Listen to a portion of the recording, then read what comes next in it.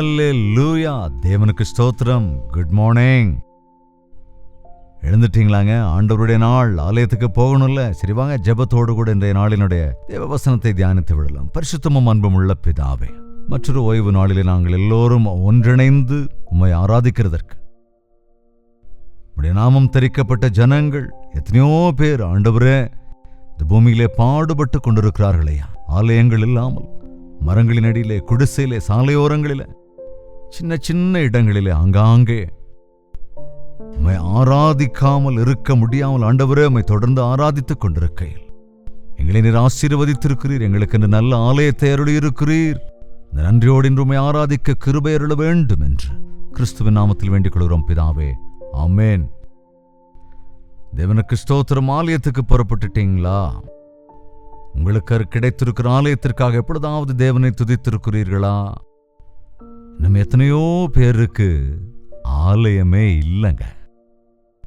நம்மை போன்றவர்களுக்கே கூட அநேக நேரங்களில் ஆலயம் என்பது மிகச்சிறிய ஆலயமாக இருப்பதனாலே, எத்தனையோ வருடங்களாக அதிலேயே இருந்து கொண்டிருப்பதாலே, தேவனுடைய சுவிசேஷத்தை அறிவிப்பதையே பாரமாக வைத்துக்கொண்டு ஆலயம் கட்டுகிற விஷயத்தில் முன்னெடுக்காத காரணத்தினாலே வாடகை இடங்களில், ஃபங்க்ஷன் ஹால்ஸில், கம்யூனிட்டி ஹால்ஸில் அதிக அளவு ரெண்ட் கட்டி ஆலயத்திற்கு பதிலாக அந்த இடங்களை ஆண்டவருடைய நாமத்திலே பரிசுத்தப்படுத்தி ஆயத்தப்படுத்தி கொண்டு ஆராதனை செய்து வருகிறோம்.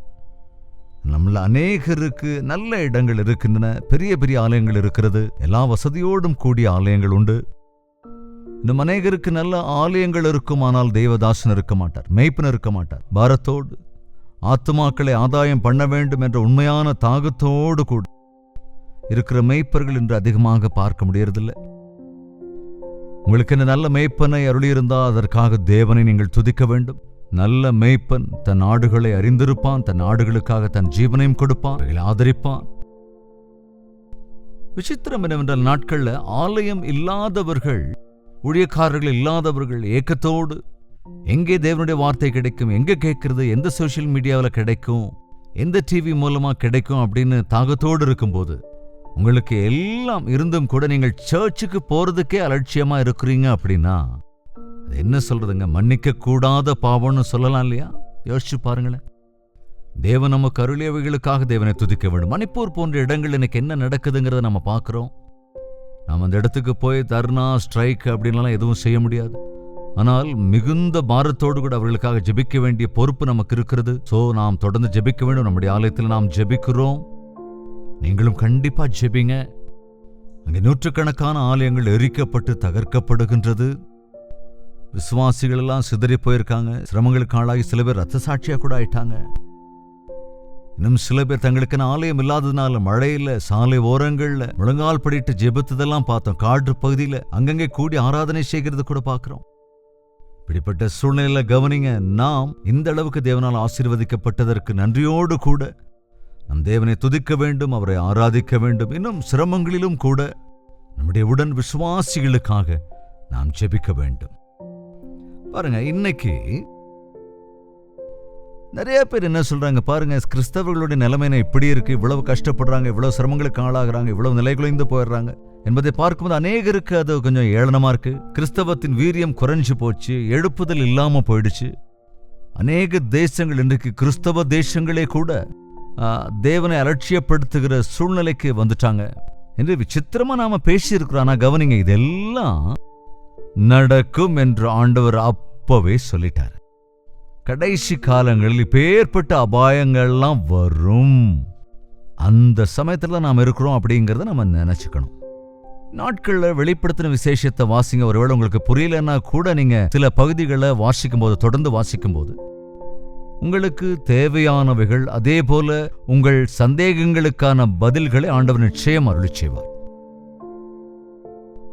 முக்கியமா நாம வெளிப்படுத்தின விசேஷம் 6வது அதிகாரத்திலே 7 முத்திரையோடு கூடிய ஒரு புத்தகத்தை திறப்பதற்கு யாரும் இருக்கிறார்களா என்று 5வது அதிகாரத்தில் யோவான் அப்படி தரிசனம் கண்டபோது அவன் அங்கே அழுகிறான். அந்த புஸ்தகம் என்ன, அந்த 7 முத்திரைகள் என்னவென்றால் ஒரு உள்ளும் புறமும் எழுதப்பட்ட ஒரு புத்தகம். அதாவது அன்னைக்கு புத்தகம் இன்னைக்கு மாதிரி பேஜஸ் இருக்காதுங்க, ஓலை சுருட்டு. அதனால அதை ஓபன் செய்வதற்கு அருகதை உள்ளவன் யார்? சூழ்நிலைகள் என்ன என்று அறிந்து கொள்வதற்கு, என்னவெல்லாம் நடக்கும் என்று அறிந்து கொள்வதற்கு, இதற்கான கவனிங்க, தகுதியுள்ளவர் யார் என்று யோசிக்கிற போது அடிக்கப்படுகிறவராகிய ஆட்டுக்குட்டியானவரான இயேசு அவர்தான் என்று அந்த பரலோகத்திலே சந்தோஷத்தோட கூட பாடல்களை பாடி அங்கே தேவனை துதித்தார்கள் என்று பார்க்கிறோம். தொடர்ந்து 6வது அதிகாரத்தில் பார்க்கும்போது அந்த முதலாவது முத்திரையை திறந்த போது என்ன நடந்தது, தொடர்ந்து 2வது முத்திரையை திறந்த போது என்ன நடந்தது, 3வது முத்திரையை திறந்த போது என்ன நடந்தது, 4வது முத்திரை திறக்கப்பட்ட போது என்ன நடந்தது, இவை எல்லாவற்றையும் விளக்க வேண்டும் என்றால் இந்த காலை தியான நேரம் நமக்கு போதாது என்ற காரணத்தினால, முதலாவது முத்திரையை திறந்த போது ஒரு வெள்ளை குதிரையின் மீது ஏறியிருந்த ஒருவன் ஒரு வில்லை பிடித்தவனாக, கிரீடத்தை அணிந்திருந்தவனாக, ஜெயிக்கிறவனாக, ஜெயிப்பவனாக இருந்தான் என்று எழுதப்பட்டிருக்கிறது. 2ஆம் முத்திரை உடைத்த போது சிவப்பான வேறொரு குதிரை புறப்பட்டது. அதன் மேல் ஏறியிருந்தவனுக்கு பூமியில் உள்ளவர்கள் ஒருவரை ஒருவர் கொலை செய்யத்தக்கதாக சமாதானத்தை பூமியிலிருந்து எடுத்து போடும்படியான அதிகாரம் கொடுக்கப்பட்டது. 3ஆம் முத்திரை உடைத்த போது ஒரு கருப்பு குதிரையை கண்டேன். அதன் மேல் ஏறியிருந்தவன் ஒரு தராசை தன் கையில் பிடித்துக் கொண்டு ஒரு பணத்துக்கு 1 படி கோதுமை என்றும் 1 பணத்துக்கு 3 படி கோதுமை என்றும் இந்த ஜீவன்களின் மத்தியிலே சத்தத்தை கேட்டேன். இந்த முதல் குரலிலே வெள்ளை குதிரையின் மீது வந்தது ஆண்டவரா அல்லது ஒளியின் வேஷத்தை தரித்திருந்த பிசாசானவனா என்பது ஒரு விவரமாக எந்த வேத பண்டிதராலும் இதுவரை சொல்ல முடியவில்லை. ஆண்டவருடைய வருகை சமீபமாக இருக்கிறது. அதற்கான அடையாளம் இது அல்ல என்பதனால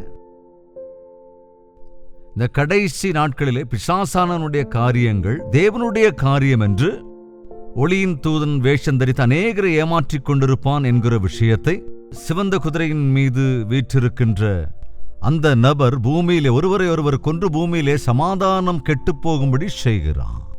அதுதான் இப்ப நடக்குது. ஒருவரை ஒருவர் கொலை செய்கிறார்கள் அல்லவா? பூமியிலே ஒருவரை ஒருவர் கொலை செய்கிறதற்கு, சமாதானத்தை கெடுக்கும்படியாக சிவந்த குதிரையின் மேல் வீற்றிருக்கிறவனுக்கு அதிகாரம் கொடுக்கப்பட்டிருந்தது என்று சொன்னது போல 4ஆம் வசனத்தில் சொன்னது போல நிறைவேறுகிறது. அதே போல 5வது வசனத்தில் பஞ்சம் தராசுகளோடு கூட கருப்பு குதிரையின் மீது வீற்றிருக்கிற ஒருவனை பார்க்கிறானா? அப்போ கடைசி காலத்திலே பஞ்சம் உண்டாகும் என்கிற வார்த்தையும் கூட அப்படியே நிறைவேறி கொண்டிருக்கிறது அல்லவா?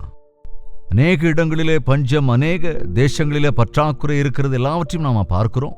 அதாவது பொருளாதார வீழ்ச்சி ஒரு பக்கம், அதே போல இன்னொரு பக்கம் நாளுக்கு நாள் விலைகள் ஏறிக்கொண்டே போகுது. சாப்பிட்ற ஆகாரத்தை காட்டிலும் இந்த பெட்ரோல் எல்லாம் கூட அதிக விலையாயிடுச்சு. அதுவும் அத்தியாவசியமான ஒரு சூழல் இருக்கு. இதெல்லாமே பஞ்சத்தினுடைய அறிகுறியாக இருக்கிறது. அதே போல 4வது முத்திரை உடைத்த போது அங்கே மங்கின நிறமுள்ள ஒரு குதிரை கண்டேன். அதன் மேல் ஏறியிருந்தவனுக்கு மரணம் என்று பெயர். பாதாளம் அவன் பின் சென்றது. பட்டயத்தினாலும் பஞ்சத்தினாலும் சாவினாலும் துஷ்ட மிருகங்களினாலும் பூமியில் இருக்கிற கால் பங்கினர் கொலை செய்யும்படி அதிகாரம் தரப்பட்டது.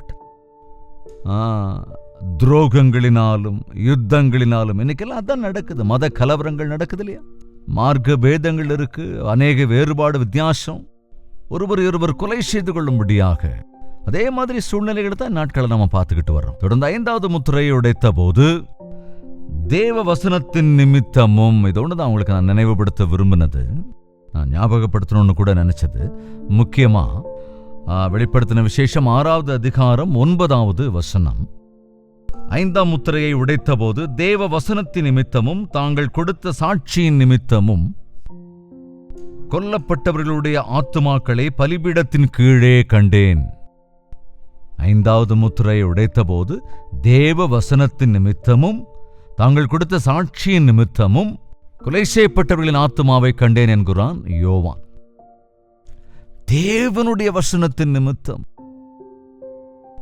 திருடுனாங்க அப்படின்னோ, ஏதோ குற்றம் செஞ்சாங்க அப்படின்னோ, வேறொரு குற்றம் செய்தார்கள் அப்படின்னு இல்லைங்க. தேவ வசனத்தின் நிமித்தமும் தாங்கள் சொன்ன சாட்சி நிமித்தமும் இரத்த சாட்சியானவர்களை தான் இங்க குறிப்பிடுறாங்க. ஆண்டவர் அங்கீகரித்திருக்கிறார்கள் என்ற ஒரே காரணத்துக்காக விசுவாசிகளை, மனிதர்களை இம்சிப்பது, தேவ மனிதர்களை பாதிப்பது, கொலை செய்வது என்பதெல்லாம் இன்னைக்கு அப்படியே நிறைவேறிக்கிட்டு தானே இருக்கு. இன்றைக்கு எத்தனையோ பேர் உலகத்துல நாம பார்க்கிறோம், ரத்த சாட்சிகளா மறிச்சுக்கிட்டே தான் இருக்கிறாங்க. முன்ன தெரியாம இருந்தது, இப்ப சோசியல் மீடியால வந்ததுனால வெட்ட வெளிச்சமாயிடுச்சு. எப்பத்துல இருந்தோ இது நடந்துகிட்டே தான் இருக்கு. இப்ப நமக்கு அதிகமா அநேக தேசங்கள்ல, அநேக பட்டணங்கள்ல பிசாசானனுடைய சக்தி தேவனிடத்திலே விசுவாசத்தோடு இருக்கிறவர்களை சோதிக்கிறதையும் வேதனைக்குட்படுத்துகிறதையும் கொலை செய்வதையும் நாட்களை நாம் பார்க்கிறோம். தொடர்ந்து பாருங்க, 10வது வசனத்துல அந்த ஆத்துமாக்கள் எல்லாம் ஆண்டவரை நோக்கி சத்தமிடுகிறதை கண்டேன் அப்படின்னு சொல்றான்.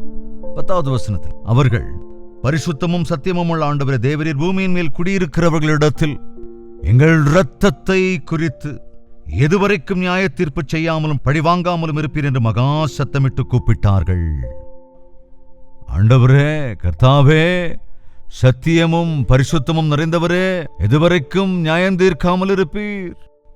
எங்களை ஹிம்சித்தவர்களை, எங்களை கொலை செய்தவர்களை, எங்கள் இரத்தத்தை சிந்த வைத்தவர்களை, எங்களை பழி வாங்கினவர்களை ஆண்டவரே இன்னும் எதுவரைக்கும் நீர் தண்டியாமல் இருப்பீர்? இன்னும் எத்தனை காலம் ஆண்டவரே என்று முறையிட்டுக் கொண்டு இருந்தார்கள். உண்மைதாங்க, அநியாயமாக ஆண்டவர் நிமித்தமாக ஹிம்சிக்கப்பட்டவர்கள், இறந்து போனவர்கள், கொலை செய்யப்பட்டவர்கள் எத்தனையோ பேர்.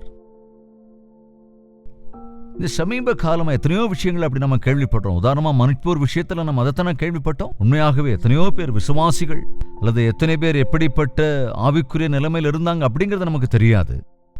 ஆல் த ஹோல் தேவனுடைய நாமத்துக்கு தூஷணம் வரும் வகையில, தேவனை வெட்கப்படுத்துகிற விதத்துல ஆலயங்களை எரிப்பது என்பதும், பக்தி என்ற பெயரை சொல்லி ஒருவரை ஒருவர் ஹிம்சிப்பது என்பதெல்லாம் இன்று அளவுக்கு அதிகமாக பெருகுகிறதை காண்கிறோம். மணிப்பூர்ல இப்படியெல்லாம் நடக்கும்போது தேவனுடைய ஜனமே, ஊழியக்காரர்களே, நீங்கெல்லாம் என்ன செய்றீங்க என்று சில பேர் கேள்வி எழுப்புகிறார்கள். நம்மளால என்னங்க செய்ய முடியும்? தேவனிடத்தில் விண்ணப்பிப்பதை தவிர நம்ம தர்ணா பண்ண முடியுமா? கத்தி ஆயுதங்கள்லாம் எடுத்துட்டு போய் அவங்களுக்கு எதிராக யுத்தமா பண்ண முடியும்? சோசியல் மீடியா மூலமா யாரையாவது நம்ம தூஷிக்க முடியுமா? கவனிங்க, இதெல்லாம் நடக்கும் என்று ஆண்டவர் ஏற்கனவே சொல்லியிருக்கிறார். எனவே ஆண்டவரிடத்துல முறையிடுங்க, என்னை நோக்கி கூப்பிடு அப்படின்னு சொன்னார்ல ஆண்டவர். நாம மட்டுமே இல்லைங்க, இரத்த சாட்சியாக மரித்தவர்களுமே கூட பரலோகத்திலுமே கூட தேவனிடத்திலே முறையிட்டு கொண்டே இருக்கிறார்கள். ஆண்டவரே, இன்னும் எவ்வளவு நாள் அப்பா, நம்ம எத்தனையோ பேர் இரத்த சாட்சியாய் மரிக்கிறார்கள், எத்தனையோ பேர் ஹிம்சிக்கப்படுகிறார்கள், கொலை செய்யப்படுகிறார்கள். அப்படி செய்கிறவர்கள் நீர் தண்டிக்க மாட்டீரா? கேட்க மாட்டீரா? எங்களுக்கு நியாயத்தை தரமாட்டீரா என்று ஏற்கனவே இரத்த சாட்சியாய் மரித்தவர்கள் கேட்கிற போல விசுவாசியாக இருக்கிற நாம் அப்படிப்பட்ட நிலைமைக்கு இன்னும் வரவில்லை. நாளைக்கோ மறுநாளோ அதே நிலைமை நமக்கும் வரலாம், கட்டாயம் வரும். உனக்கு அப்படி சிரமம் வந்தா நீ ஆண்டவரை விட்டு விலகிடுவியா? உனக்கு தடை வரும்போது ஜெபிப்பதை நீ விட்டு விடுவாயா என்ன? நாமும் சோதிக்கப்படுகிற நேரத்தில் இடத்துல தான் இருக்கும். இன்றைக்கு அவர்கள், நாளைக்கு நீயோ அல்லது நானோ. அதாவது ஆண்டவருடைய வருகை சமீபமாக இருக்கிற போது ஒருவரை ஒருவர் இப்படிதான் செய்வாங்க, ஒருவரை ஒருவர் கொலை செய்து கொள்வார்கள், ஒருவருக்கொருவர் சமாதானத்தை கெடுப்பார்கள் என்பதெல்லாம் அப்படியே நிறைவேறி கொண்டிருக்கிறது அல்லவா? இந்த மாதிரி ஒரு சூழ்நிலையில் நம்மால் செய்ய முடிந்ததெல்லாம் விண்ணப்பம் பண்ணுவதுதான். அதனால்தான் தேவனுடைய ஆலயத்திற்கு சென்று எல்லாரும் தங்களை தாழ்த்தி தேவனிடத்திலே விண்ணப்பம் பண்ணும்போது பரிசுத்த ஆவியானவர் தம் காரியங்களை செய்வார். யூதர்கள் எல்லோரும் கொல்லப்பட வேண்டும் என்ற ஆணை பிறப்பிக்கப்பட்ட போது தேசத்துல ராணியான எஸ்தர் என்ன செய்தாள்? ராஜாவிடத்துல போய் பெரிய டிமாண்ட் வைத்தாளா, அல்லது ராஜா கிட்ட முன்னால ஸ்ட்ரைக் பண்ணாளா, அல்லது யூதர் எல்லாரையும் சேர்த்துக்கிட்டு பந்த் பண்ணாங்களா? யோசிச்சு பாருங்க. அவங்க என்ன செஞ்சாங்க? ரட்டுடுத்தி கொண்டு உபவாசம் இருந்து ஜெபித்தார்கள். இப்பொழுது விசுவாசிகளாக இருக்கிற நாம், நமக்குள்ள ஒரு ஒழுங்கு இல்லாததுனால அநேக டினாமினேஷன்ஸ், அநேக பாஸ்டர்ஸ் இந்த விசாலமான பிரபஞ்சத்தில் எந்த மூலையிலிருந்து எல்லா மூலைக்காண்டவருடைய பிள்ளைகள் இருக்காங்க. ஆனால் தேவ ஆவியினால் ஏவப்படுகிறவர்கள் இப்பொழுது அங்கங்கே சின்ன சின்ன கூட்டமாக 2 பேர், 5 பேர், 10 பேர், 20 பேர், 100 பேர், 200 பேர், 1000 பேர், 10,000 பேர் என்று சேர்ந்து ஜெபித்துக் கொண்டுதான் இருக்கிறோம். நம்முடைய ஜெபத்தை தேவன் கேட்டுக்கொண்டுதான் இருக்கிறார். கேட்டு மௌனமாய் இருக்கிறவர் அல்லவர். நாம் விசுவாசத்தோடு கேட்கும் போது அவர் தம்முடைய காரியங்களை நிறைவேற்றுவார். ஆண்டவரை எதிர்க்கிறவர்கள் மாறுனா மாறுவாங்க, இல்லைன்னா முடிந்து போவாங்க. இதுதான் நடக்கும். அது கவனிங்க, ஆண்டவரை எதிர்க்கிறவர்கள் யாருமே கூட விட்டு வைக்கப்பட மாட்டாங்க. அவர்களுக்கு தேவன் வாய்ப்பு தருகிறார். நம் சத்துருக்கள் மறிக்க வேண்டும் என்றோ அவர்கள் தீங்கு காட்பட வேண்டும் என்றோ யோசனை கூட நாம செய்யக்கூடாது. அவர்களுக்காக ஜெபிப்பது மட்டும்தான் நாம் செய்ய வேண்டிய வேலை. ஆண்டவர் சொன்ன பதில் என்ன? அன்று அப்படி விண்ணப்பம் செய்தவர்களுக்கு 11வது வசனம், அவர்கள் ஒவ்வொருவருக்கும் வெள்ளை அங்கிகள் கொடுக்கப்பட்டது. அன்றியும் அவர்கள் தங்களைப் போல கொலை செய்யப்பட போகிறவர்களாகிய தங்களுடன் பணிவிடைக்காரரும் தங்கள் சகோதரருமானவர்களின் தொகை நிறைவேறும் அளவும் இன்னும் கொஞ்சம் காலம் இளைப்பாற வேண்டும் என்று அவர்களுக்கு சொல்லப்பட்டது. ஐயா உங்கள மாதிரியே தான் கொலை செய்யப்பட வேண்டிய, சிரமங்களுக்கு ஆளாக வேண்டிய, உங்களோட கூட சேர்க்கப்பட வேண்டியவர்கள் இருக்கிறார்கள். அவர்களும் இங்கே சேருகிற வரைக்கும் இன்னும் கொஞ்சம் காலம் பொறுமையோடு இருங்கள், நான் உங்களுக்காக செய்வேன்.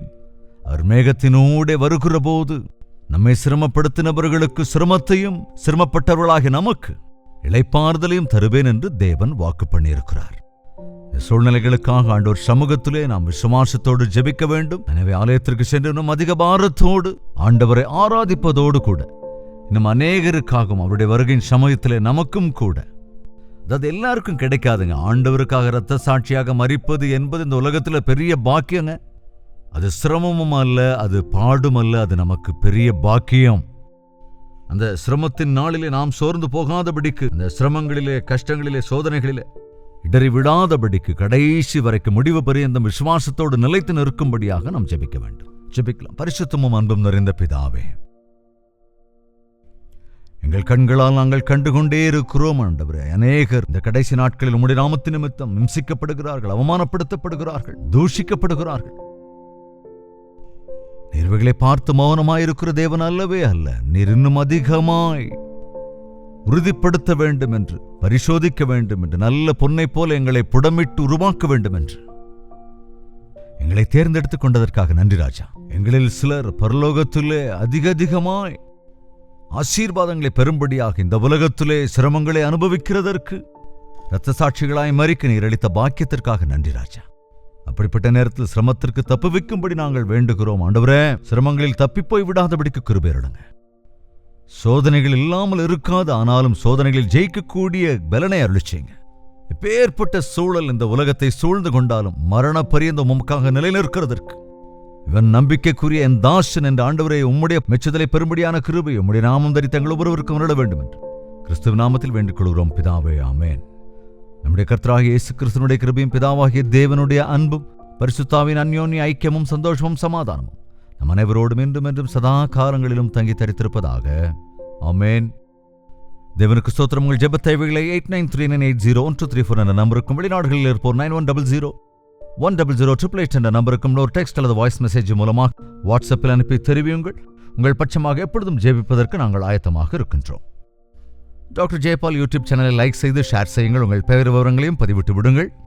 அதுவரைக்கும் தேவனுடைய மகா கிருபை நமக்கு துணையாயிருப்பதாக. ஆமேன்.